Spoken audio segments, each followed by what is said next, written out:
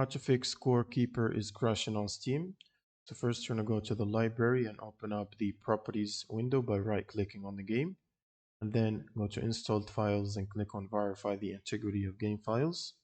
Now once this is done, you want to go back to the general tab and add -dx11 to the launch options box, and then you can close Steam.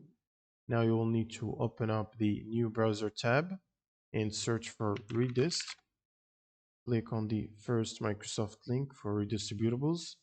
Scroll down to the second table and download the VC Redist 86 and 64 and install both of them. And after you finish the installation, it will ask you to restart your computer. So after the restart, you will need to check if you have the latest GPU drivers installed.